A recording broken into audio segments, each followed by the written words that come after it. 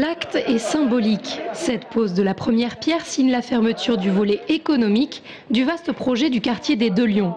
Un quartier racheté par Tours en 1967 à la commune de Joué-les-Tours et en développement depuis 15 ans. Sur cette parcelle se tiendra l'an prochain un îlot mixte regroupant un immeuble de près de 10 000 m², accueillant 560 salariés d'EDF, un restaurant interentreprises et une tour cylindrique d'une 50aine de mètres de haut pour environ 80 logements. Le bâtiment de bureau est disposé en proue à la pointe du site, celui qui regarde l'entrée du quartier, sur lequel il va développer ses grandes façades. Les autres bâtiments, le logement et le restaurant sont côté chair, ouverts sur le grand paysage, et l'ensemble de ce côté-là se présente comme un grand jardin ouvert, un grand jardin généreux qui laisse pénétrer, je dirais, le paysage des rives du Cher dans le quartier des Deux Lions et particulièrement sur ce site.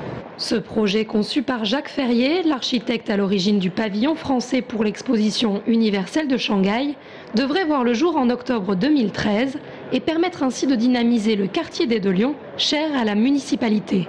Dans une période difficile, il faut créer des choses pour qu'il y ait de la richesse, qu'il y ait de la croissance et qu'il y ait des emplois. Donc là, je pense que les entreprises considèrent que le quartier est attractif, l'agglomération aussi, c'est une bonne chose, hein.